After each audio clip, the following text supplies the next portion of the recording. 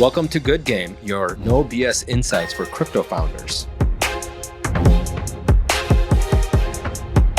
For this cycle, kind of I've said it a while back, like last year, is that you're gonna have a ton more people come into crypto this cycle. So a lot of the people that saw Doge go crazy during COVID, Solana go crazy during COVID, all their friends made a ton of money off crypto. There's a lot of people that saw crypto do that, then they saw crypto die, thought crypto died, and now it's like, wow, Larry Fink's Bitcoin spot ETF.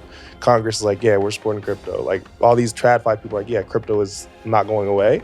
So you have a ton of people who missed last cycle, the cycle before that, the cycle before that, have seen crypto for multiple years now. Multiple cope cycles. Like the cope, you can only cope so much. you can only cope so much. Like watching all your friends making all this money, like, bro, it can't be that hard. Yeah, so there's that core group of people. That's why I think the degeneracy this cycle is going to be so much more than all the other cycles. Because there's so much cope from everybody that was not in crypto. And then now there's no reason, you really have no reason to be like, I'm not going to be in crypto because of X. Is this the final cope cycle? Yeah, I think so. Literally.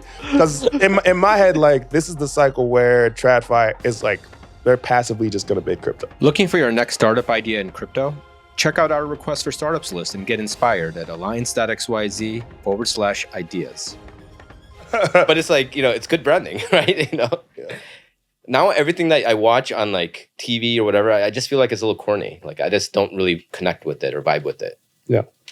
It's they don't understand me, right? A lot of people don't like their manufactured stuff. That's feels like somebody tried too hard to make it this way. Like DEGEN and Normie. Oh, what's up with that? And Herbie or whatever it was. What was the other? There was a Herbie? Oh, sorry. No. There's another one. Brett, sorry. Yeah, Brett, yeah. For honestly, all the base coins are down a lot more than I expected them to be. Yeah. DEGEN? Isn't DEGEN still up a lot? 200 million, dude. So it's down from $1 billion? 2 billion. Yeah, no, it's not. Wait, so it's down 90%? It's not up a lot. It was up a lot. So it's down 90% already? It is. Are you recording, by the way? Yeah, I'm recording. Oh, nice. This is great. This is all great. This is great. Get right into it. No, DEGEN's down. DEGEN's significantly down. I mean, but I sold the bottom of DEGEN, so I'm you sold the bottom. I sold the bottom before it went to 2 billion. I bought it early. So by the way, I did too. I sold the bottom so bad on that. No, it's still 800 FDV. Wait. What? Oh, it's not down that much. It's not down that much. It might be 200 circ. It might be 200 circ. Oh, it's 200 circulating. Oh, okay. 200 circ, yeah. I mean, I did a quick search. I mean, my fucking deck screener's I don't know. Infinite now, Yeah. My list, I have hello deck screener list. Yeah, but Base is it's their shit coins are not as robust as Solana's. Yeah, it's there's so much attention on Base. Coinbase is pushing it hella hard. A lot of the biggest apps on ETH and all the L2s are on Base. Firedancer's there, Friendtech is there. But the tokens just don't trade well, really. All the token trading is manufactured right now. It's manufactured. Yeah. But so somebody put up a stat. I'll remember, but it was something in the order of there's 1.2 million daily active users on Solana or something like that. There's a lot. Yeah. And there's about 300,000 on Base. So I think it has to do with that, right? And then it just really comes down to onboarding. How do you onboard masses to crypto? And it's Phantom, right? For Solana at least. Yeah, I saw the stats the other day. It was Phantom was top 3 in utility apps or something, by downloads. Yeah. I mean, Phantom's doing really well. I think all the new retail people are definitely going straight to Solana. Yep. Even in emerging countries like Nigeria, Southeast Asia, Phantom is the top 5. And Soulflare is too. Soulflare and Phantom are in the list. Yeah, so that tells me that people just want to trade shit coins on Solana. Yeah, for sure. I mean, dude, I was in Istanbul, Turkey for the Solana Crossroads, that conference. And I was taking pictures with I had to take over 200 pictures at the event. But people told me they literally were flying from some of those countries in Africa. They flew to Turkey from there to be yo, because we know you're coming to this event. Oh, wow. We want to hear you talk at the event. That was crazy. No, crazy for sure. Did you end up getting the contact info of that girl at the pool party? Wait, are you talking about the people roasted me for that so hard. Is that the Moroccan girl? No, that's a different girl. Come on. That's a different girl. That's the girl that Michi. Bro, Oh, the Michi. Yeah. that's the Michi girl. She's actually mad chill. She's actually when I'm coming back out that way. But no, that video, dude, I like posted it not even thinking it was gonna be that big. I'm like, oh, I know there's some people on crypto Twitter down there at the pool, wherever she's at. I'm that assuming one. they'll just like go up to her and be like, yo, this dude wants your number. Like, real chill. Because girls do that to me all the time in the club. People were, yo, it's Ansem. Yo, it's Z. Like, who's this tall dude dancing? And they're like, go get his number. But I woke up, and I took a nap. I woke up, I saw the quote tweets on that shit. I was like, Jesus Christ, bro. People were calling me all types of shit. That shit was insane. One of the guys that quote retweeted actually found the girl. And found her, yeah. And got her Instagram and everything. AZ Flynn. AZ Flynn is hacking in our MVP hackathon right now. Yo, I gotta go talk to him. I gotta go talk to him. Yeah, bring him in here and tell the people that she was cool with it. AZ Flynn, as Flynn. Yeah. Oh, really? He did. He found her. him. Yeah. He found her. He got her Instagram and He's everything. Showed her the tweet and she was like, yeah, she started laughing at it. Yeah. Partly why I admitted him was because of that. I'm like, this guy's good. Yeah, he's down for the cause. He's a real hacker. He's a real hacker. That's crazy. Damn, I gotta go talk to bro. Yeah. Okay, but you have all the stuff recorded, right? All right, good. All right, cool. That's good. That's comedy. Whatever. Oh shit. What about the boxing match? Man, I gotta run it back, bro. I gotta hit my second. You gotta get boxing Barney match. back, man. I know. I gotta get Barney back. He's actually mad cool though. Like, we turned up for the whole week after. But yeah, boxing, bro. So I was drunk one day on Twitter, and I'm really like scrolling the timeline as I usually do, just tweeting out random shit. And I saw Barney like, yeah, nobody wants to fight me in crypto fight night this year. Like I did it the past 2 years, and nobody wants to be the main card. And I'm like, all right, I'll do it. Like I'll be the main card. And I drunk as shit, and I wake up the next day, and we're like, yo, you really, like, you serious? Like, you really want to do this, right? Like, fuck, what did I do? Like, yeah, I'll do it. And so I did it, like, whatever, got a trainer, whatever. But yeah, it was not as training as hard as I should. All right, so the funny, so I do boxing. I've been boxing for like 3 years now. Okay. And so I saw a picture of you the night before drinking. I'm like, oh man. I'm like, ah. So like I landed in Dubai Monday. Right. Well, you were out. I know that. I don't know if you were drinking or not. I wasn't drinking the night before. Okay. I landed in Dubai Monday, and I was out drinking till 7 a.m. Okay. So it was the day before. Okay. And then Tuesday was the flood. Okay. We went out again. The flood was like fucked up all the roads. So I didn't get back until like 10 a.m. Okay. And then Wednesday, I think was a photo shoot. I was chilling. Thursday, I was out at Arthur's party. Like I think I got back at like 5, but I wasn't drinking that day. But Hayes? Huh? Which Arthur? Hayes. Yeah, Hayes. He had it at the, I forgot what it's called, but. Like you were there. You were in Dubai. I was in Dubai. Yeah. I was there. It was the beach club. It was a beach club. It I was didn't go cool. to the party. It was a sick function. Yeah, it was cool. Yeah. There was just a lot of traffic that week. Yeah, Like, it was just hard to get anywhere. Bro, they should have made the fight on Monday or Tuesday. Yeah. You would have talked about God damn, bro. I didn't sleep all week. So you got your computer science. So you went to Georgia Tech, computer science. Yep. What drew you into crypto? Like, what was like the initial draw? Like, yeah, and so, honestly, I wasn't looking to get into crypto really at Tech. I was studying computer science, love computer science, always have been good at math and science. And actually, I like wanted to look more into the finance side of things. So I picked up a minor, which was like a computing and business minor. It's like one of the tech programs that they have there. And then during that minor, I was taking some classes. One of the classes was an emerging technology class. And in that class, my professor was like, one of the focuses of that class was Bitcoin. Yeah. And that was 2016. So back in 2016 is when learned about what Bitcoin originally was. Yeah. Like learned why it was important, learned about crypto a little bit. All my boys, none of us bought any back then, unfortunately, in 2016. There's always a copier. Yeah, it's super copier. Yeah. And then 2017, that's when I graduated from Tech. And if you guys remember Bitcoin that year, it was like nonstop up all year. So one of the dudes that I was like my mentor, I was working as a software engineer. Mentor, my job was a big crypto guy. So he was like trading on Bittrex nonstop, on BitMEX nonstop. Like every one of our meetings each week, we would talk about coding or whatever. And he would start talking about crypto. He's like, dude, you got to get into crypto. You got to get into crypto. You're smart. You got to learn this too, in addition to doing all the software engineering stuff. And so I was like, I think I bought my first Bitcoin around like 3K. or somewhere. Probably, I want to say it was like June or something that year. Of 2017. Yeah, No, somewhere. Yeah, 'cause summer. I went Summer to, that yeah, year. yeah, okay. June or July. Through K was when Raul Pal exited. Oh, so yeah? you sold the bottom, Yeah, he sold at the 3K. the banana zone. Yeah, right before the banana zone. So he Yeah, learned he's about throwing in the middle of the banana. That's why he's talking about the banana zone now. He's like, yeah, I'm not selling a 3K again. That's funny. basically risk free. Yeah, it's funny. That's crazy. But yeah, so that's how I got into crypto. And yeah, just learned basically self-taught from there. Like I was very active on Twitter and socials before I even did crypto. Okay. So my Twitter in college, same way I do now, like whenever I go out with my friends, like I'm tweeting. Yeah. I was doing that in college before I even did crypto. And so it's just like when I added crypto to that, I'll be doing that. But then when I'm not doing that, I'll be posting charts, like talking to all the CT people, like figuring out how to learn stuff. And that's basically just like I taught myself how to trade from CT, like some other books that I read. Who were your big followers back then? Like who were some of the crypto Twitter? What are your role models? Yeah, who My were your role models back then? Yeah. Bro, I'd love it to was hear. like Trader Main, all his stuff was solid. Kobe, of course, like Loomdart. This dude named Conan Corell was a beast. He was an ICT guy. And then Bitcoin. Bitcoin is a monster. He's like one of the best at comparing like when cycles start, when you go from alts to BTC, and like laid out a clear map of like when you go risk on, risk off. That's basically how I learned all the rotations and like all that. I learned that first cycle.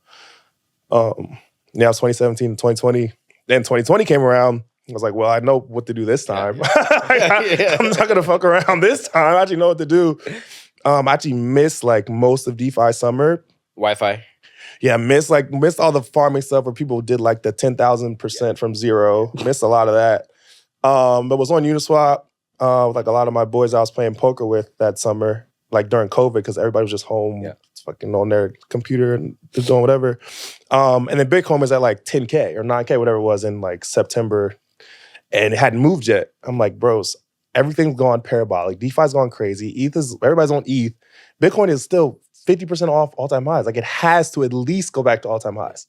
And nobody wanted to buy Bitcoin. Everybody's like, we don't even know what that is. We were on Uniswap and ETH. Because they were all new to crypto. They didn't have that prior cycle knowing like alts, Bitcoin, you know. They didn't even know what that was. Yeah, that was like my first good trade, and then like Solana and some other stuff too. But yeah. How did you know this cycle, at the beginning of this cycle, that Solana was going to come back? That was good. That was a crazy call. Yeah, that was a good call. That was a crazy call. I mean, I was just super confident because I saw Solana from the very, very beginning. Like the first time I bought it, it was around like $1.50, very beginning of 2021.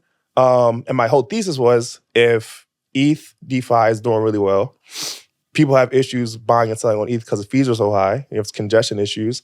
There's got to be some other L1 where DeFi is also going to pop off and stuff's going to do well. So I was like, then I started researching Solana. But there were so many. There were so many high throughput, quote unquote high throughut. There were a lot. I need So to know actually, like, so Solana and Serum. Actually, Jeremy Jingtao, if you're on Jingtao, he told me the one to look into Solana and Serum like way back when, and that's when I started researching those two specifically. Like, looked into SBF and like, oh, this guy knows what he's talking about. Then looked into Anatoly, listened to all of his podcasts, looked into his background. And yeah, Solana was one of the early bets that I made. It's crazy because that thread is all on Twitter. Like I bought it at $1.50. I'm like, yo, it's going to $3. And it's going to like $5. And then like but this was last cycle. This was last before FTX. But this cycle, after FTX, I'm getting there. I'm getting there. So back then it was just like an idea. There was nothing on Solana yet. Yeah. No DeFi, no nothing. It's like there could be something here, possibly. Yeah. That's like the idea of it. And then it was like Radium popped up. I was using Solid. It was like that old wallet before Phantom and Backpack were even a thing. Solid, yes. The web wallet. With the private key, you had to actually like write it down. Yeah, the web wallet. It was horrible web wallet. Oh my God, worst UX. Solid. It was the first wallet. But yeah, I saw like Solana DeFi, and then like I saw NFTs do really well. I think Magic Eden launched like close round to the top. I think that cycle. And then all the issues with like congestion happened on Solana. Yes. It was like everybody spamming in these NFT mints. Like, no, it's like free money on every NFT mint, so they're spamming. And Solana didn't have any way to deal with like congestion. There was no like fee markets or anything really. And the way that the validators were processing all the transactions was fucking stuff up. So I saw that happen. Saw that's worst. Like then I saw 2022. Throughout all of 2022, I was like, well, last bear market, I kind of checked out a little bit. This bear market, I'm not going to check out, and basically tapped into all the like technical upgrades that Solana did that year. And then I went to breakpoint in 2022 and listened to like all the talks, talked to a ton of founders, talked to a ton of people in the ecosystem. And that was when Solana was around like $40. And it was just like the sentiment there for everybody at breakpoint was super high, regardless of how far down price was. They were like super excited about mostly builders too, probably. Oh yeah, mostly builders. Yeah, I'm like, I'm like, there's still builders here on Solana. Like the ecosystem's not dead.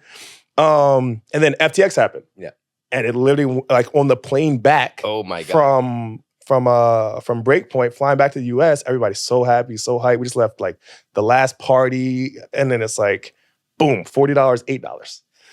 I remember that. And that was after it reached 200. Yeah, so it was Like 260. 260 like peak last cycle. And then like 40. it was at $40 during Breakpoint. Cause I remember because it didn't make a lower low. And when Terra Luna blew up, right, it was like May of 2022. I'm like, oh, like this shit was gotta be the worst. And then June, the 3AC shit happened. And like ETH went from, it was like the Terra Luna low was like here. And then ETH went boom, like down another 30, 40%. But Solana didn't make a lower low. It was like, it didn't make a lower low. And Solana was the only thing that held that like that same level. Bitcoin made a lower low, ETH made a lower low, and Solana was just chilling there. I'm like, okay, that's weird. That doesn't make sense. You know, some shit's going wrong. Somebody's buying this down here. So that whole like the rest of the months of the year is just like chopping around, accumulating. I thought it was bottom, like for sure. And then the FTX shit happened, and it went from $40 to $8. And I was like, well, if all the builders that I was just talking to at Breakpoint aren't leaving, and the whole people who are already tapped into Solana aren't leaving, they didn't talk about SBF once during Breakpoint. He was not mentioned at all. So if he's the only thing gone, and they just have to deal with that and then make it through the rest of this bear, they're like, good. Yeah. So that was the whole thesis. It was just like, I thought it eventually was going to bounce back. And whenever like Bitcoin and ETH bounce back for the next bull market, eventually people are going to bid beta. And I was like, well, it's got to be one of the things that gets bid. So that was the whole thesis for it. But it's just because I saw the whole thing happen. Like if you came into 2022 like, oh, FTX blew up, Solana's at $8. I'm out. I'm not touching that. Like, But I saw the whole up and down all the way. A lot of the investors during that period, remember, Qiao, when that happened, they all left. Like, no one wanted to invest in Solana. I heard. Even some builders left. And so you and I both had very strong conviction in Solana, but there was a point where we started seeing some builders start to leave waver. Solana. So that gave me a little bit of doubt. But over the course of the next like 3 to 6 months, we realized there's still a core group of builders that stayed. Yeah, but that was what gave me conviction. Yeah, and that was still Solana between $10 to $15. That was like generational buy. That generational buy. But the people were like the founders that stayed. They were incredibly passionate. Very high they were locked in like, to the point where I drew into that. Yeah, I used that as like a source of energy to say like, yeah, fuck you guys, right? Yeah. Like the Jito guys, bro. Jito guys, the Tensor guys, Tensor guys, Twitter, Matora. Yep. You said Camino, right? Camino, Phantom, Soulflare, Magic Eden, all those guys. Yeah. And then like none of them had tokens yet either. No. Yeah. I was like, well, bro, I'm like, they make it out of this. None of them have tokens yet. All that DeFi stuff happened because I missed that last cycle. Yeah. I missed like the Wi-Fi, the Radium Serum, the Urine. Like I missed all those. And then I was like, one of the main issues that Solana had its first cycle was that all Solana alts were scams. Like they literally were all the worst. High FDV scams. Like they were terrible. Like and some of them didn't even release products. Like release coins and never even release a product. Like it was that bad. Yeah. So I was like, I know the sentiment cannot possibly get any like worse on Sol. It's similar to like Ethereum. Ethereum first launched, they had like the ICO boom where everybody scammed everyone. Half the shit didn't work.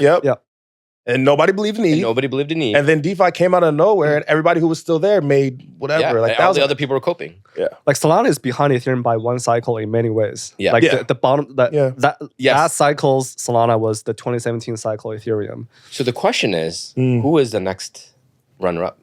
The next Solana? If we're going per cycle, you don't have to say it. Whatever. Do you have a pick? Yeah, if there is one, what would it be?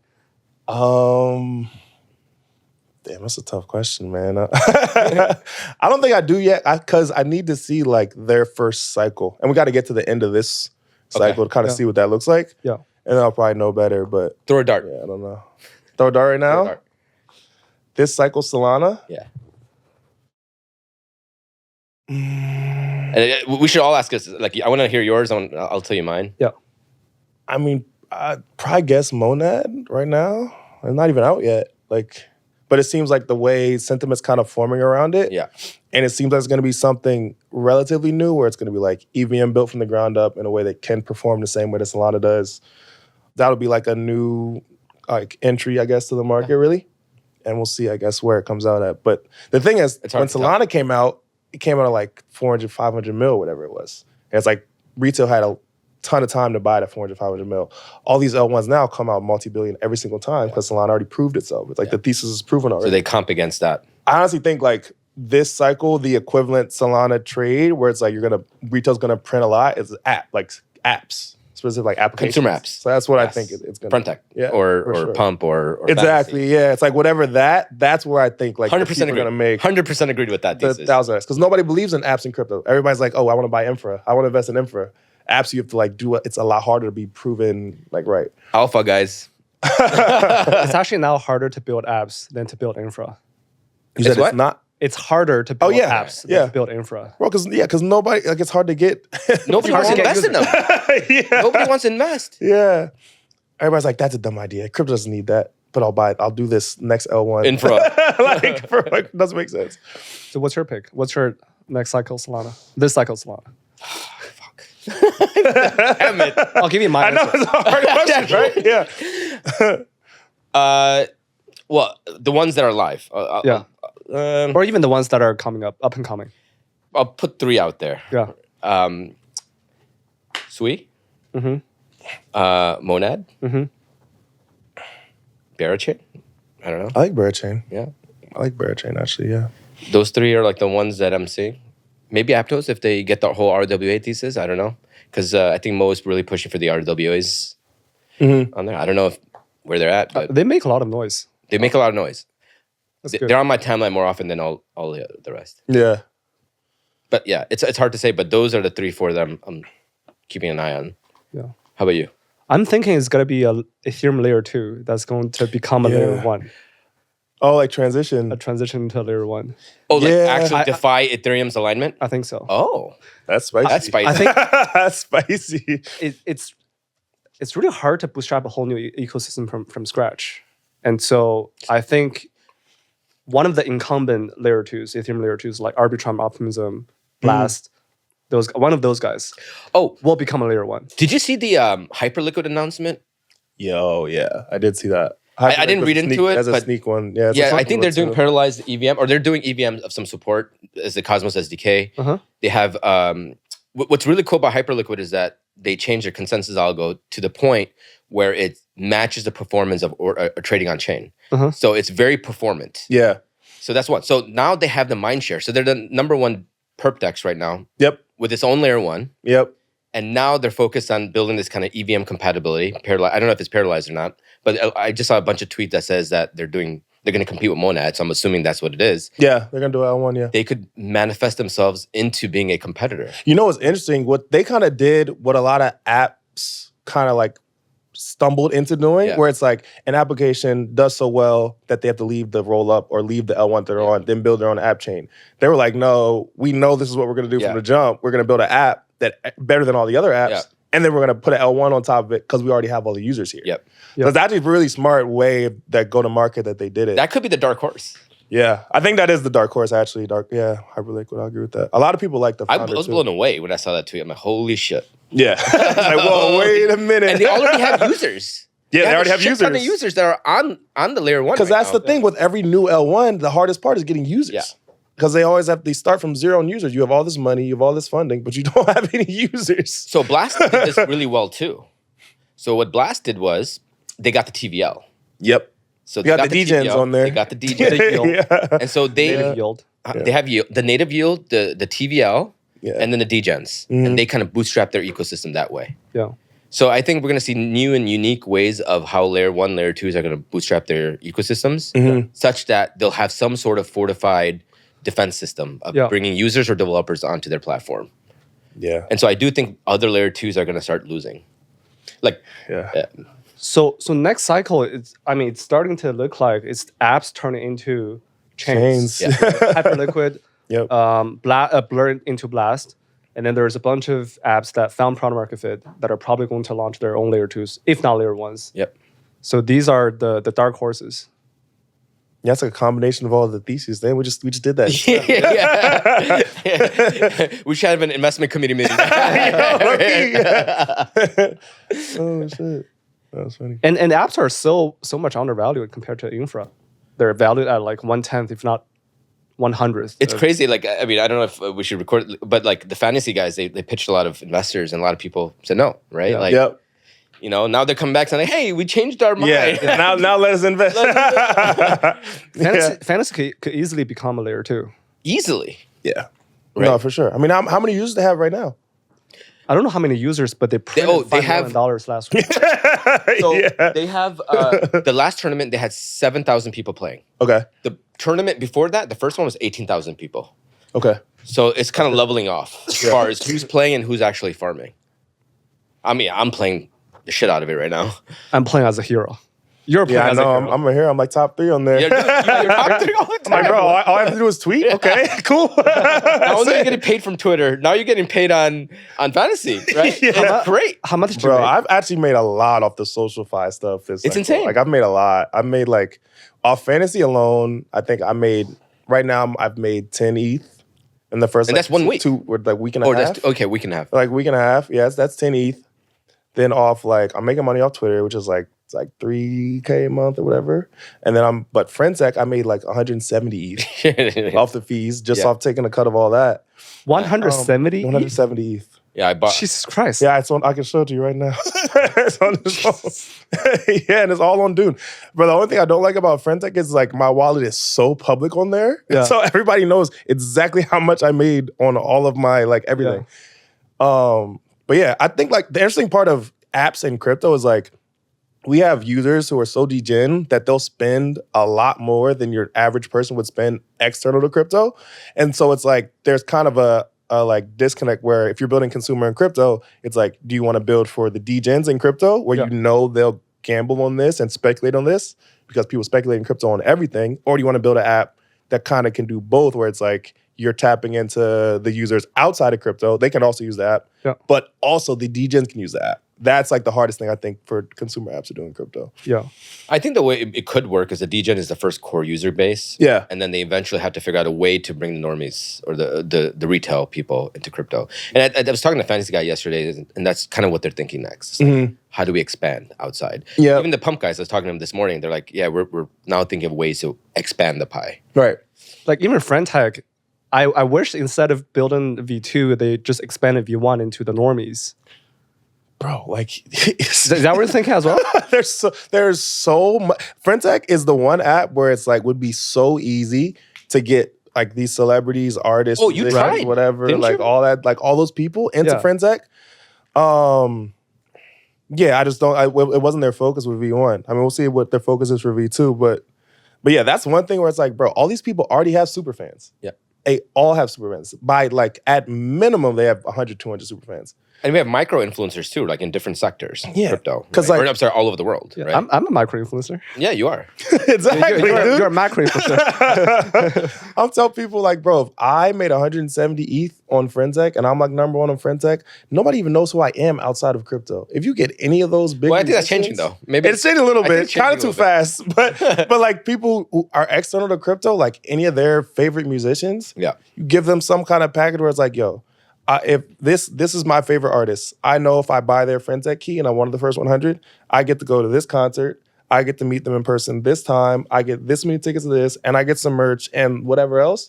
Bro, they're buy for whatever amount because people spend for these like VIP tickets. They'll be like 10K. Yeah. I saw Taylor Swift tickets going for like what 20K, 30K for like per seat. Yeah. and Friendtech is like, it's lock in once. You buy the key, you have it forever. Yeah.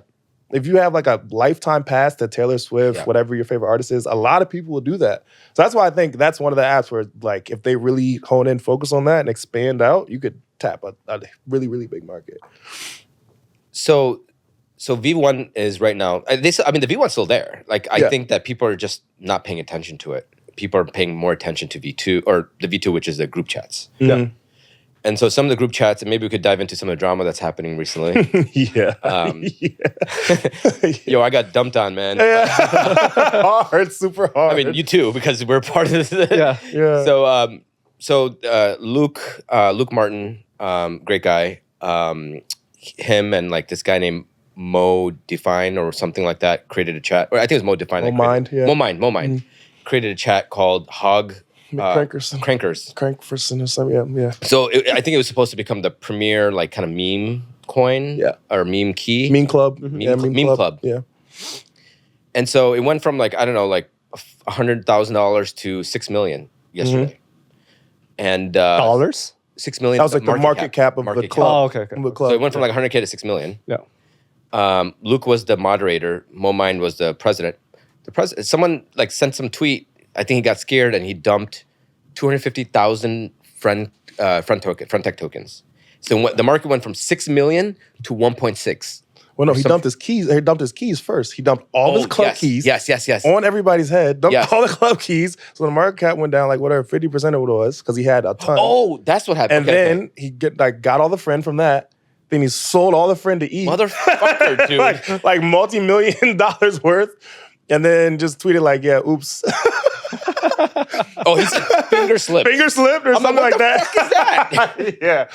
Dude, that's like the game theory thing with the Friendtech. Like everything is so public. It's like when you sell, everybody knows it's like that guy who did it. And he dumped on everybody. Yeah. So that's why we use Anon account. We have an Anon account. So we're farming it pretty hard. We did. And now we're just like, playing around. So that happened. So Racer a couple of days ago, as the market was pumping, or at least hogs were pumping, Racer said that there's discussions of how do you tokenize this. Yeah. So someone was trying to create a way to wrap the keys and tokenize it. I think they're going to. Yeah. I think they have to. It only makes sense because especially with how much of a focus there's on meme coins this cycle. Yeah. If you have a way that like meme coins also have these clubs attached to them, and then it's like you trade them as you would trade meme coins. Yeah. Then it's like the cap on these clubs is not like 1 million, 5 million. It's like all these meme coins that go to 100 million, 200 million, 500 million. Then it's like completely different. But right now it's all internal to Friendtech. They haven't really expanded outside of Friendtech. So it's like the core user bases are the only people really trading there. And it's on base, and all the meme coin volume is on Solana right now. So it's like, yeah. But it's definitely interesting. But they're both going the same path, right? Pump and Friendtech, they're going down the same destined path, but they're taking two different approaches. One is taking similar, a closed ecosystem approach with the club keys, whereas with Pump, they're just allowing people to launch tokens and form the community. Was it Alon that famously said all consumer crypto products are going to converge to Pump? Yes. He said that. Who said that? Alon, one of the founders of. So if Friendtech, that's a bold claim. Damn, that's a bold claim. Those guys are bold. Yeah, they are. They're bold. They are. I like them though. Yeah, good product. So I'm curious to hear. Do you have any questions on that, or how do you spend your day? Yeah. Like, what do you do on a daily basis? How much time do you spend on Twitter? Honestly, it changes day to day, dude. I spend a lot of time on Twitter. So like more recently, like I guess last cycle for me, I was like my day would be like 12 hours on like perps and like charts. Majors. Yeah. Perps on majors. Like alts, majors, yeah. So like last cycle, I was trying to be like first every new altcoin rotation, first every new narrative, like all of that. I'm trading on like leverage back and forth, whatever. And I was just literally at my screen nonstop doing that. And I'm obviously tweeting at the same time. And then kind of this cycle, I'm building stuff, also doing angel investing, still tweeting, of course, and then trading publics as well. But like more so swing trading. Like I'm mostly holding the positions that I've had instead of like trying to catch every like perp, whatever, lev long. Like I like when Sol dipped to like whatever 120, whatever it was in like April, I caught that and I haven't taken another like perp really trade since then. I'm like, dude, I think this is it. I'm just gonna swing this. And I haven't been like going back and forth with everything. Okay, so you put a lot of theses out there, right? So there's a thesis around Bitcoin I want to touch on, sort of like runes. So PUPS, wizards. I got dumped on PUPS, but I'm still holding it. Yeah, so did I. So did I. Arthur Hayes. Yahtzee. Fuck. So, okay, so you have Bitcoin, you have runes, you have Arbitrum, Senko, and maybe Boop. You have Solana, the Solana ecosystem. Yep. Like, what are some of the, I guess, macro trends you're following? And like, what are, I'm curious on like maybe diving to some of those theses. Yeah, so I mean, my main, like, let's maybe start with Bitcoin. Yeah. So I'll start like overall. Yeah, my main thesis for this cycle, kind of I've said it a while back like last year, is that you're gonna have a ton more people come into crypto this cycle. So a lot of the people that saw Doge go crazy during COVID, Solana go crazy during COVID, all their friends made a ton of money off crypto. There's a lot of people that saw crypto do that, then they saw crypto die, thought crypto died, and now it's like, wow, Larry Fink's Bitcoin spot ETF.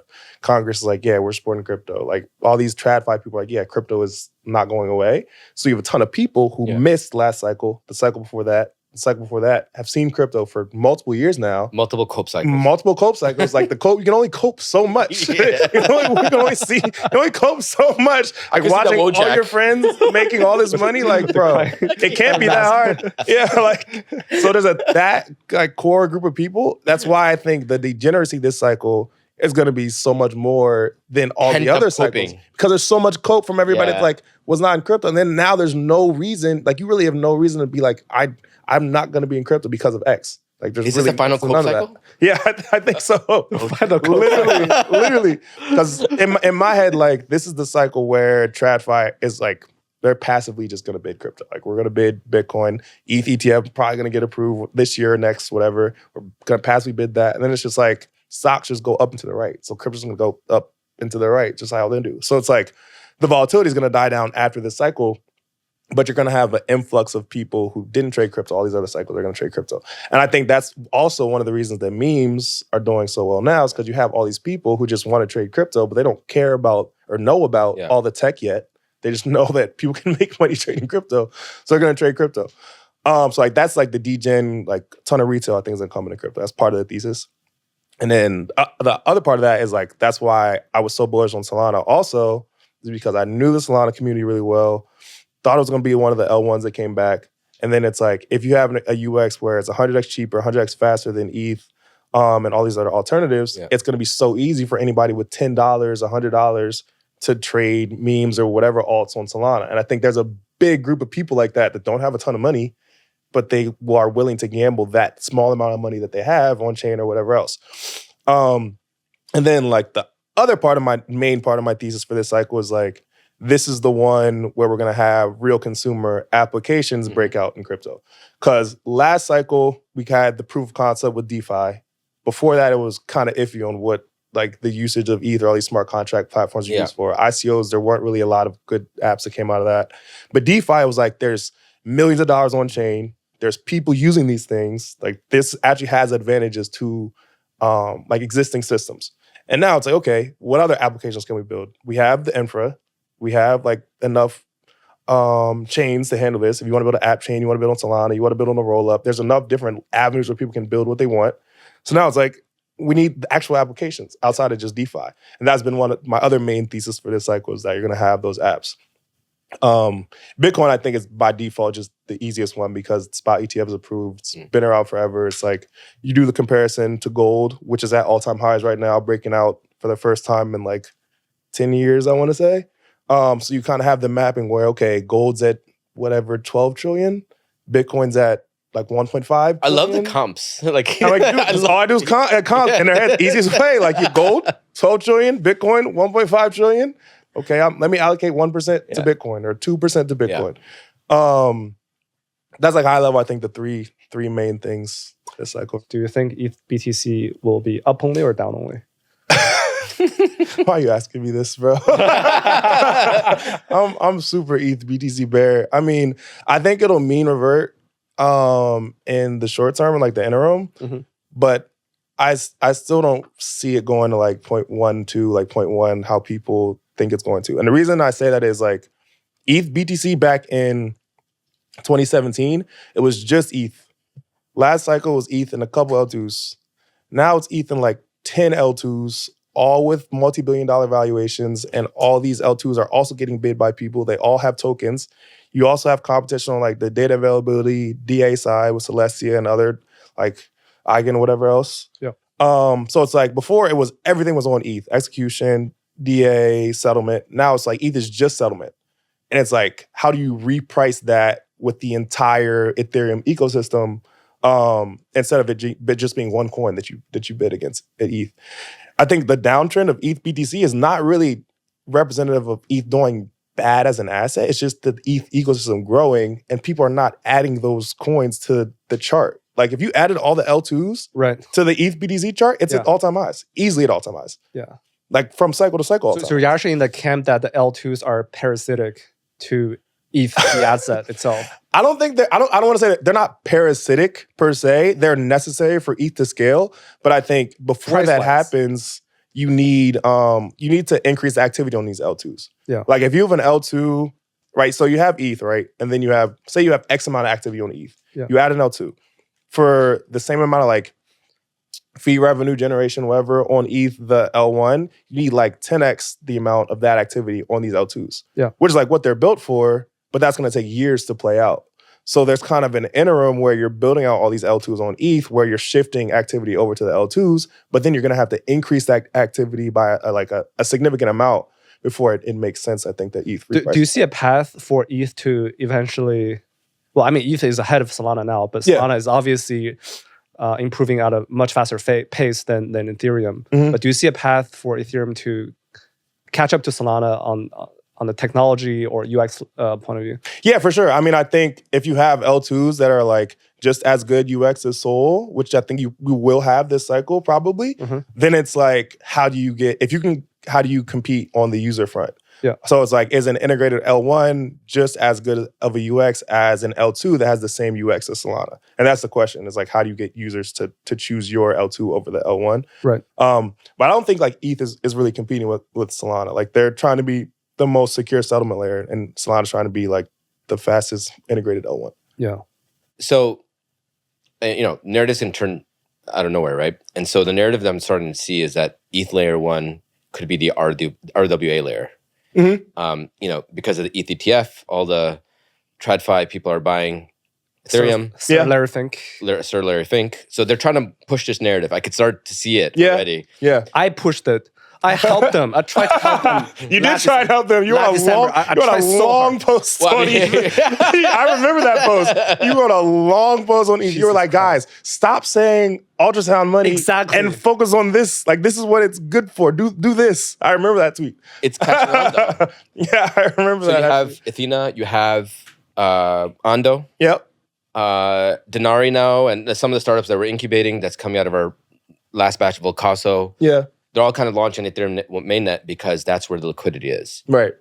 Between that and the ETF, could there be a wedge for ETH layer 1 to be successful with the RWA thesis, or is it all just going to eventually just move away to different layer 2s? I mean, I think ETH is, I don't want to say ETH is not going to be successful. I do think ETH is going to be successful. I just think that the better trade this cycle is Solana. Yeah, okay. But yeah, I think RWAs make a ton of sense on ETH because they don't require a ton of throughput, which other apps on Solana might, where it's like, you don't need to be doing 1,000 transactions per second to put RWAs on ETH. It's the most secure L1. Like, you just need them to, be on chain there.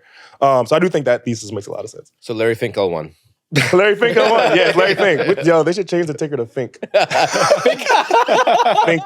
I would buy Fink. I would buy a Fink meme coin. Yeah. Yo, we should make that. I'll make one right now.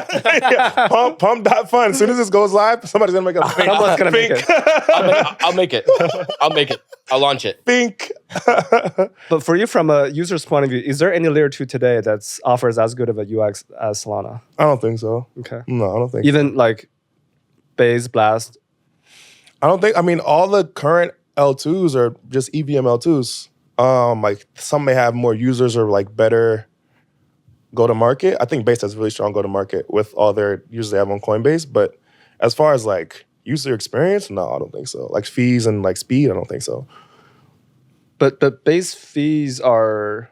You're saying that base is actually more expensive than Solana? I'm saying if you had the same amount of activity TPS, on okay. on like that you have on Solana on base, then it would. Yeah, be. 300K users, 1.3 million. Yeah, that's right. Or something like that. Yeah. So right now they're probably at parity, right? Who? The fees. Is it at parity? Like what's the... So I think if we were to compare it... base is at parity with Solana fees-wise, but in terms of TPS, base is 2 orders of magnitude Smaller. less than Less than, Solana. Yeah. And all the Ethereum layer 2s combined is 1 order of magnitude less. And this than is before Solana. Firedancer also. And this is before finance. And this is after 4844. And 4844. Okay. Yep. After 4844. Yeah. So the hope is on Monad. Huh? So the bet is... Well, I heard also of Mega ETH. Mega ETH, yeah. So they're a paralyzed layer 2, right? I heard of Mega ETH the other day. Yeah, I haven't researched it yet, but I talked to the founder, one of the founders of Mega ETH, and she said Mega ETH will do more TPS than Monad. I don't know how, but they all say that. They all say that. That's marketing, right? Yeah. But I talked to one of our hackathon participants. Yes. He's very technical. He used to work at He went to Cornell. Yeah, he's very technical. But he told me that building a very fast layer 2 is actually harder than building Monad. Like from the ground up? Yeah. From the ground up, because you have to work with the existing constraints of the EVM and all that stuff. So it's actually easier to build Monad as a layer 1 than you don't have any dependencies, right? On Ethereum or anything else like that. Yeah. I mean, yeah, that's what I like. In my head, it's like even if you have ETH and all the rollups building on ETH, it's like if you have Monad and you have Solana, you can build L2s on Monad and Solana if you really wanted to, like if you really needed to. So why would you not start at 10,000 TPS instead of starting at 10 TPS? Yeah. So Vitalik tweeted out a couple days ago, or somebody must have quote retweeted or something. I don't know how old this tweet was. He said the endgame for Ethereum is ZK rollups, and then all the state root would be on a layer 1. That's the end game, he said. Mm-hmm. But yeah, this was from like a few years ago. Okay, so that was a few years ago. Yeah. But somebody quote retweeted and talked about it. Okay. So is that still... Do you think that's still the end game? Because he did talk about ZK rollups in a recent article being the end game for Ethereum. So if they were to go ZK rollups, and if let's say this prophecy of his comes true, would that keep Ethereum competitive to Solana? I just don't know how long it would take. Yeah. Like I feel like a lot of the not issues, but a lot of the things with Ethereum's roadmap is they have a lot of tech debt that they have to deal with. Whereas if you're building a new L1 from the ground up, like Hyperliquid or Monad or whatever else, they don't have any of that existing tech debt. So it's like you have to be a lot more careful with whatever you add onto Ethereum. I think it's just a lot more. And what would happen to the layer 2s that are like optimistic rollups, right? Like, do they convert to ZK rollups? Like, I think they'll convert. They would convert. They'll just swap the underlying. Okay. The mechanism, right? Yeah. So it's just an interesting endgame. I'm just curious on how that's going to compete with Solana in the long run. And Anatoly is also really focused on keeping it at layer 1. But apparently on Twitter, there's a lot of layer 2s that are launching on Solana as well. Yeah. So I think the end game for all layer 1s is they're going to have layer 2s whether they like it or not. But Anatoly thinks that layer 2s on Solana won't make it faster. I've heard that from him a few times too, yeah. But I don't think it's really about throughput at this point. I think it's about customizability, exactly, like full sovereignty. It's full sovereignty, owning the fees. And pump the price. But yeah, I mean, there's only one coin. It's the L1 coin. That's the only coin. So you tell me this layer 2 on Solana is the only layer 2 on Solana. That's the new meta. The new meta. 50% Solana FTV. Oh, man. Oh, man. Okay, so we talked about... Did we talk about runes? Did we go into runes? Not really. I don't think so. Do you anything in runes that's particularly interesting outside of the stuff that's already on Twitter? I think I've actually heard like chatter from a few different people, like the Bitcoin ecosystem. There's kind of like a lot of teams working to build something kind of similar or like different. But like different standards, right? Yeah. I'm not sure if runes is like the end state. I don't really know. But generally in my head, ordinals make sense on Bitcoin because of how provenance works and how they're stored like directly on chain with Bitcoin. I think that kind of aligns with Bitcoin being hard money. I'm like being around for a long time. It's like you have this inscription on this block at this time. If you expect Bitcoin to be around for like 50 years plus or whatever, I expect that to hold value, like whatever the most important ordinals are. And that was kind of my thesis for like why I thought runes would do well too. It's like they attach like whatever coin to those ordinals. Oh yeah. It's like The BRC20s or whatever. yeah, there's BRC20s. It's like I have to go get out of Ethereum and Solana. Yeah, I know.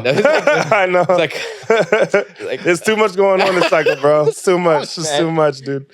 It's too much. yeah. So it's like coins are it's like colored coins, right? So like you can inscribe a sat, and the sat is unique in that specific sat has a uniqueness of property, which makes it an ordinal. Yeah. But are you guys still bullish on Wizard PUPS? yeah, Wizard PUPS? I think Wizard is like the greatest meme ever, Yeah. bro. Honestly. Like it's literally, Wizard is literally the meme from like 2012 or 2013, Reddit, whatever right? it was. The Reddit meme Yeah. when Bitcoin was at like $20, $30, bro. And it's like, that's the meme where the Doge founder saw that meme. I was like, oh, I'm going to make Dogecoin. That's The original inspiration. Yeah, it's like the meme that predated Dogecoin is Wizard. It's just it wasn't a coin or a chain or whatever until now. So yeah, I mean, I think both PUPS and Wizard. I think PUPS is good because it's kind of like the culture. That community is coin. freaking autistic, man. They're like, crazy. Like I'll tweet. I early days, like January, February, I tweeted like, "Oh yeah, node monkeys." Like this is like the one that's They gonna like flip attacked punks. you, right? They attacked my timeline. They attacked my DMs. Yeah, dude.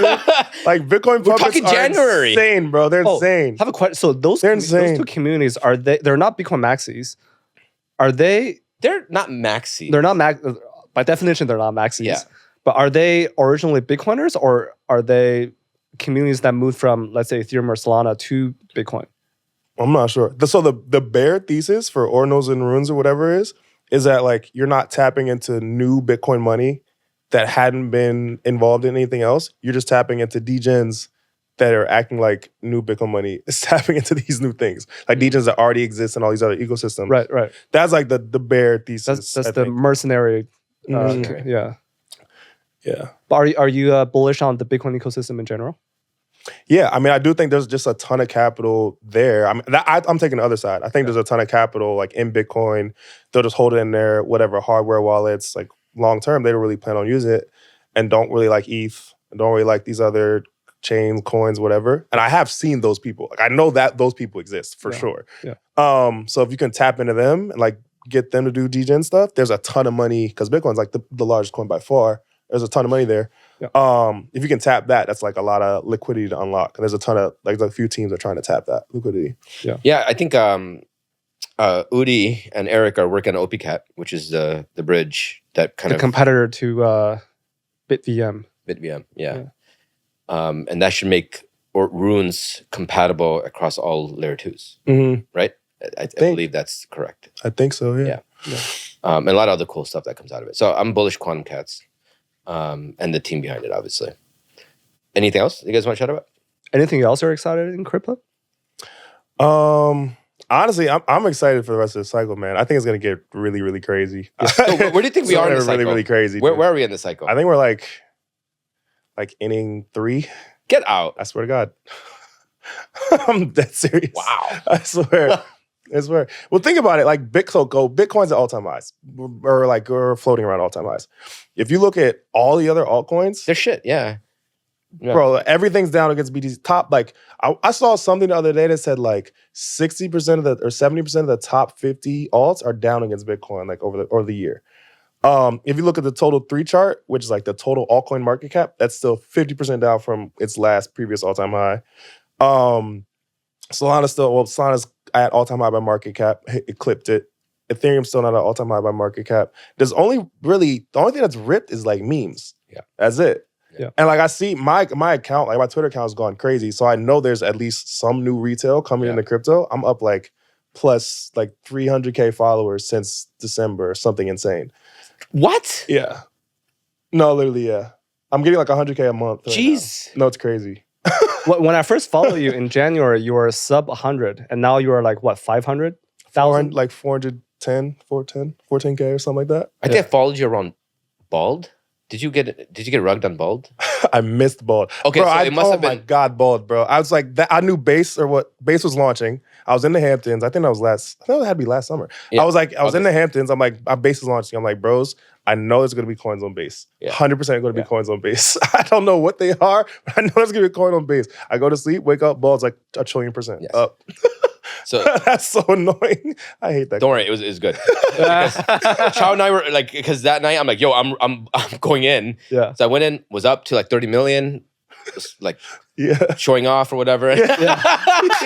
Got my ass handed to me. Yeah, bro. Yeah, he rugged that hard. He Yeah. rugged that super hard.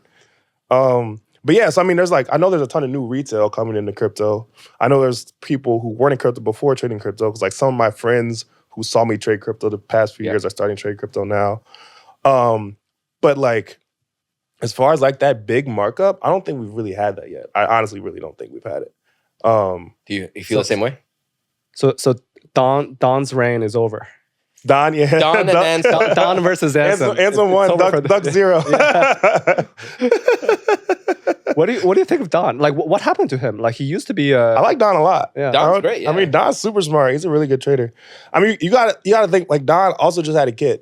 Yeah. So he's like public about that. It's not like hidden information. But he just had a kid, and like when I went through that, well, like you just had a kid, and it's like you're not really paying attention to markets. I know he hasn't been paying attention to markets for a fact. I know he hasn't been. He It's just too saw hard. you can't do it. You literally can't do it in the first few months. I have 2 kids and he has 2 kids, so like we get it. Yeah, it's crazy. So it's like if you haven't been tapped in the markets, you pull up whatever TradingView deck screener, it's 80% meme coins. The only thing that's gone up is meme coins. Yeah. People are like meme coin super cycle.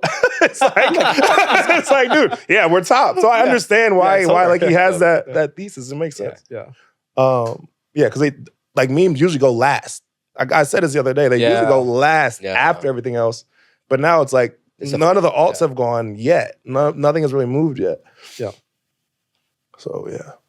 All right, 2 more. You have any more? No, go ahead. 2 more. One, there's a mailbag of people that have asked a couple questions. That Okay, I'm gonna go cool. through that. Cool. But I want to hear your whiff war story, because Okay. we went through our own whiff war story. We bought around, I think I bought once I saw your tweet, Yeah. and this was around, it was yours or Blockgraze, or you retweeted Blockgraze or something. Yeah. And this was Early December. This was early Yeah. December, and it went from 30 to like 3 or some shit. It was like it crashed, Yeah. and then you tweeted it or something, and Yeah. I went ham.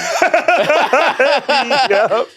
And that Yeah, shit, like, it went, yeah. it's like, so here's our war story, right? It went around there, we bought, it went up to like 100 or something, Yep. and then it dropped again. Yep. Like, fuck, should I hold it or sell it? Yeah. And we just held it, right? Yeah, okay, cool. And so that was like our war story. I want to hear your war story. Bro, the whiff story is insane. It's so insane. Like, it was so random. I mean, so I started, so one day, I think it was in December, just like after Bonk went crazy. So Bonk was kind of like October.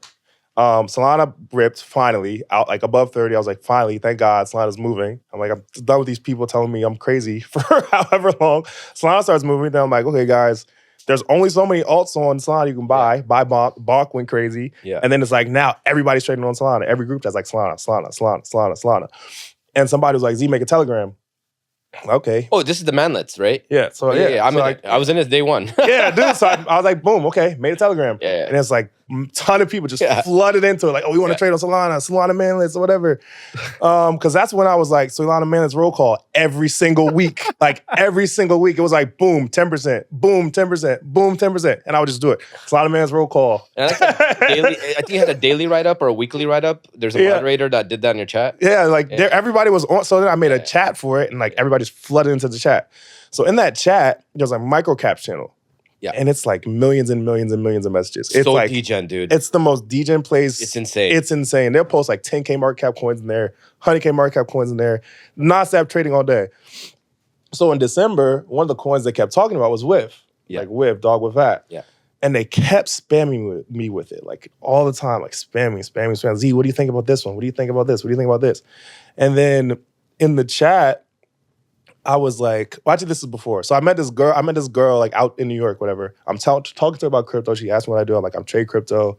I'm on crypto Twitter. I'm showing her crypto Twitter, showing her like all the memes and stuff. Oh, Yeah, and I tweet, I'm like, yo, the number one meme that replies to this was like, as many replies, I'm gonna retweet it. I reply to my friend's post, her Twitter. Like, I just gave her a Twitter. And like, the best meme, I'm gonna retweet it. So I get a ton of replies, like under all of her like tweets, whatever, like, yo, da-da-da-da-da-da, and Whiff edited the hat on her profile picture. And like posted it. And then I replied to Beauty that. of that meme. It's so good. It's so good. It's so good. The beauty of that meme. It's so good. So I reply to that, like go back and forth, whatever. This is when it was at like 100K market cap. And I'm just like replying back and forth. I retweeted it, whatever. Nobody really paid attention to it. I didn't either. Nobody really paid it, attention. Somebody saw like, okay, cool. Z's just doing random stuff on Twitter. Cool. Like that happened. And then I think in the chat, somebody was like asking about Whiff, and I was like, yeah, Whiff is funny. And they screenshot it, like Z said Whiff is funny, and like put it on Twitter, reposted everywhere. Everybody who was following my account was like, Z said it was funny, Z said it was funny. I think it went to like 1 million or whatever. So now it's at 1 million. And then I'm out for like SantaCon, same girl and my boy, a couple other people, and we're just drunk, like going, like walking down the street, or we're just like talking, whatever. I go live on Twitter. I'm like, yo, I'm going live. Like, what should we talk about? So we start talking about meme coins. And everybody's like, yo, what meme coin? Like, what's your favorite meme coin? Somebody's like, Mach. Like, what's your favorite meme coin? Somebody's like, Mach. And I asked the girl, like, what's your favorite meme coin? She goes, dog with hat. And she's like, I was like, what? No way she just said dog with, like, just random. I didn't ask her to say anything on live. Yeah. She's remembered from the past week, the whiff, and she said it again. She's like, dog with hat.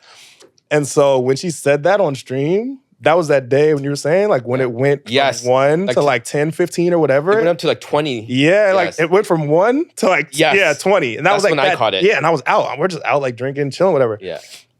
So when I see it, I wake up and my mentions are just like people blowing me up about Whiff, just blowing me up. I'm like, oh, there might be something. There might be something here. Yeah. And then that's when I tweeted that, yo, guys, like I think I just found the next like $100 million meme coin. Yeah. And the replies are like, what coin is it? What coin is it? What coin is it? And then somebody was like, does the coin have a hat? And I was like, yeah. And I was like, yeah. And I was like, yeah. So that's when that shit happened. It went from like the 3 mil bottom or whatever it was. It was a 3 mil bottom. Yeah, that's when we around there. bought it. Yeah. And then it was gone from there. It went to 100 mil.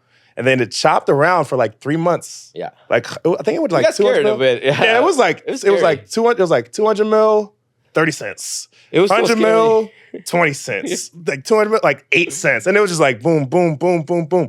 And the whole time I'm just memeing the Whiff, like going around people. I'm wearing the hat, putting the hat on people, like just whatever, just memeing Whiff.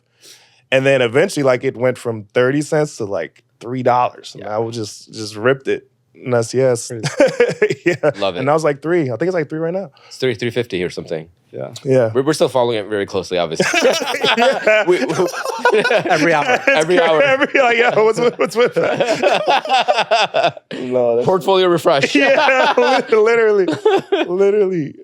But it's crazy because so many people have like been fading it the whole way. I don't know why. I don't know. The dog has a fucking hat. They hate it so much. I'm like, why, bro? It's just a dog with a hat, bro. Like, you don't have to hate the coin. You don't have to buy the coin, but the thing was, so many people like that hated it. They just kept adding fuel to the fire, now it's like the most like it has the most attention out of any other altcoin. Yeah. It's been number 1 trading on Solana for like months. Yeah, like number 1 out of all the other alts.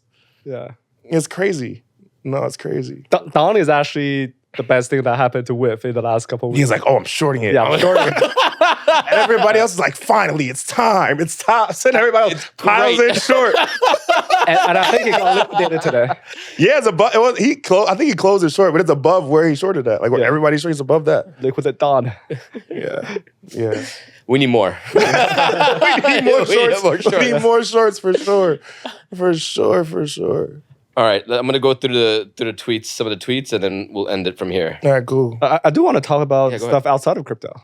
Yeah, we should. Once you start that, I'll pull up the. I'm down. I don't know. What do you want to talk about outside crypto? Yeah, what's politics? Election? Yo, politics is gonna be crazy, bro. I mean, politics is gonna be crazy now because like crypto's kind of a part of it. Yeah. It's like I think at the last whatever Trump had his rally like for his NFT holders, in Florida. He had like a rally for crypto people there and let basically anybody ask him whatever crypto questions you want. he was like pretty pro crypto. He's like, yeah, like whatever, like I'll support anything crypto needs to happen in the US. Like I'm supportive of it. He's like talking shit about Biden. He's like, Biden's not supporting crypto. The Democrats hate crypto. They really messed up because like they've been very anti-crypto for like a lot of the past few years or whatever. Yeah. Like Warren's been super against crypto and very outspoken against crypto in Congress and everything. And so Trump's like, okay, I can use this as a Trump card against them. And like, I'm gonna support crypto. Yeah. Doesn't really like right now. He realizes that it's like the follow through on it doesn't even have to be super strong as long as he's like, I'm in support of this. I'm not like anti this like they are. And I think that's good for us just generally because the Democrats don't want to like lose votes because they're anti crypto. Are you a single issue voter? I don't know, man. I'm trying to figure it out. So crypto aside, like assuming both parties are aligned on crypto, who would you vote for? What are like basically what I'm asking is what are some of the other issues you care about? It's okay if you don't want to talk about it. Yeah. I don't want to get roasted on Twitter for this, but yeah, I'm honestly not really strong on either party, honestly. All right. There's a lot of good ones. This is from Alan Nation 428. What are the kinds of apps that you see building on top of Solana once we get that crazy Firedancer throughput? Eyeballs. Yeah, I mean, I'm really excited for like consumer focused applications that require a ton of like microtransactions in app on Solana. I think that's like the biggest unlock, whether it's like a mini game where people have to do like a ton of things in the app, or if it's like a social thing where they're going out and like meeting with people in person and doing things in app. I think trading is like a gimme, like an obvious one. It's just obviously trading should be big. But yeah, I'm really excited about the consumer stuff. I think the like stuff like Helium is cool. Hive Mapper I think is cool. But yeah, mostly like consumer focused stuff. And then like real world deep end stuff. DeepIn technically has a micropayment component. Right, yeah. Like when people get paid in the native token, that's a micropayment. Exactly. I mean, and that's why a lot of those teams moved either from like their own L1 or whatever other chain they were on. I think Render also moved to Solana, right? That's right. Yeah. So a lot of those teams realized that and like, yeah, well, this is the only chain we really can like be on long term. So I think that's a big advantage. I actually don't see that talked about enough. Like the depend on Solana, I think is an underrated kind of thesis. Even the transaction does spoofing checks. So it checks to see if someone is spoofing to mine the tokens. Yeah. So they run like 100 of these nodes, right? And they try to like spoof it so they can extract value. So every few minutes or something, they do a spoof check to see if it's real and if it's a real transaction. And that happens every day, like every minute. So that's like, I think that's one element of like microtransactions. Data credits, purchasing data credits for Helium. Yep. That's also another one. Yep. Okay, these guys, man. I'm just gonna bring it up because it's just like the puppets. Puppets are on you? No. There's another community. These guys spam every one of my tweets. Yeah. I'm just gonna bring it up because they have balls, right? So, have you heard? Talk about hybrid NFT and tokens. Yo, they're crazy too. Yeah, the Bozo hybrid NFT guys. Yeah, they're crazy too. They're crazy. They got really good memes. So I'm just gonna give it to them because I don't have a bag here. So they're good guys. They're good community. So I'm gonna bring it up. What do you think about hybrid NFT tokens? Yes, I mean I do think it makes a ton of sense. I think that one of the reasons that meme coins have kind of evolved from NFTs last cycle. The issue with NFTs last cycle is it was kind of capped by the 10,000 pictures, whatever. Yeah. With meme coins, it's not capped by that at all. Yeah. Like it's whatever. So there's many holders as you want. Yeah. And it's like meme coins are also kind of NFTs. If you look on Twitter right now, you see people, the Whiff guys, the Michi guys, like their profile picture is literally the meme dressed in a different fit. Yeah. Or like a different hat or like a different version of it. So it's kind of like the NFT on the profile picture side. Yeah. But it's funny because literally they're fungible tokens. Yeah. They're like fungible tokens. So I think what's gonna happen is like you're gonna have a combination of these things. Yeah. Where it's like you can either hold like the NFT. Yeah. Or you hold some like piece of the NFT as a token, but it's still like a community of where you don't need the actual NFT to like make it your PFP or whatever. It's kind of like if you could add hundreds of thousands of people to your base NFT set collection, but they just don't have enough money to afford the actual NFT. And that was like one of the problems last cycle was like at some point, Bored Apes are at $300,000 per no one's ape. gonna buy that, It's like, who has 300? Like, regular people don't have $300. Which is why they launched the Ape token. And then they launched the Ape token, but it wasn't like the actual two 404 separate, thing. yeah. Yeah. There's no value, like, There's no value accrual. Yeah. Yeah. So that was asked by Babush Hodel. And then one of his friends, Bozo Shaman, said, ask him about the night in Miami where I sold him on hybrids. Damn, I don't know. He sent this. Yeah. I just saw this. It's you at the boxing. Yeah. Bro, that meme has been used. Yo, it's the best meme ever. It's one of the greatest memes. How is there not a meme on that? It's like, that shit is so funny. all right, I think we could end it with a really good note, right? This is asked by Erebos991. Thoughts around charity in crypto? So much wealth is created in our industry, but very little is given away to those that help in need. I mean, I tweeted a few months ago, I was like, bro, we're going to make, if this cycle does what I think it's going to do, and it goes like 10 trillion, all of us who literally have been in from the bottom, we're going to give away so much money to people this cycle. Like, it's going to be insane because everybody's going to have so much money to spend. Yeah. And you kind of saw it last cycle. Like when Kobe would do the raids on people's Twitch streams, like, yo, we're going to raid this guy's Twitch stream. Right. Or this guy's playing the guitar. Yeah. He's chilling like 100 viewers. And Kobe would be like, yo, guys, boom. We're going to raid this guy's stream. And everybody just like throw 10, throw 100. Like, that could be a product. Yeah. That could be a product. Yeah. That could be a product. Yeah. I mean, dude, I think charity is going to be really big. I mean, it's just like, it's really on the leaders in crypto, the guys with the biggest followers, kind of like direct people to doing that. Yeah. Because if you directed people or like had your thesis online about whatever X coin, whatever X idea, people make money off that. Yep. There's our people who are like willing to support whatever like you're working on, whatever you think is good, especially if you don't ask them for anything, especially if you did it for free. So there's a ton of people like that in crypto. Like the cycle of giving back to people who helped you on crypto is super, super strong. So that's why I think charity is going to be big, no, for sure, at the top. Cool. But hold on, you said this cycle we're going to 10 trillion. 10 trillion, yeah, for sure. We're at 2 now? 2 point something. So you're saying Bitcoin is going to go to 200, 300? Let me check. 250K? 250? Really? 250K. I think 250K. Run it. Run it. Run it. Run it. Run it. I'm down. Cool. Any final questions, Qiao? No, I was trying to think of a time when you got roasted recently, but I'm getting roasted nonstop. Yeah. We already talked about the pool, bro. We already talked about the pool. We did that already. We did that. Yo. Or the boxing. Boxing, the pool thing. Yo, you know what's funny? When someone took the whiff guy dancing and they put you. The guy he's like, nah, that shit is comedy. That's just comedy. That was just comedy. That shit is comedy, bro. That shit is so the best funny. industry, man. It's literally. I'll never. There's no non-stop entertainment. I'll never leave. Non-stop entertainment. All right, guys. Any other final comments, thoughts, anything that you want to leave the audience with? Don't sell too early. Yeah. All right. that's all I got to say. All right. We'll catch you guys next week. Thanks for tuning in. Cool. As always, the views expressed in the Good Game podcast are personal to the speakers and do not necessarily reflect the views of any other person or entity. Nothing here should be construed or relied upon as investment, legal, tax, or other advice. Thanks for listening to Good Game. Don't forget to subscribe. We'll see you next week.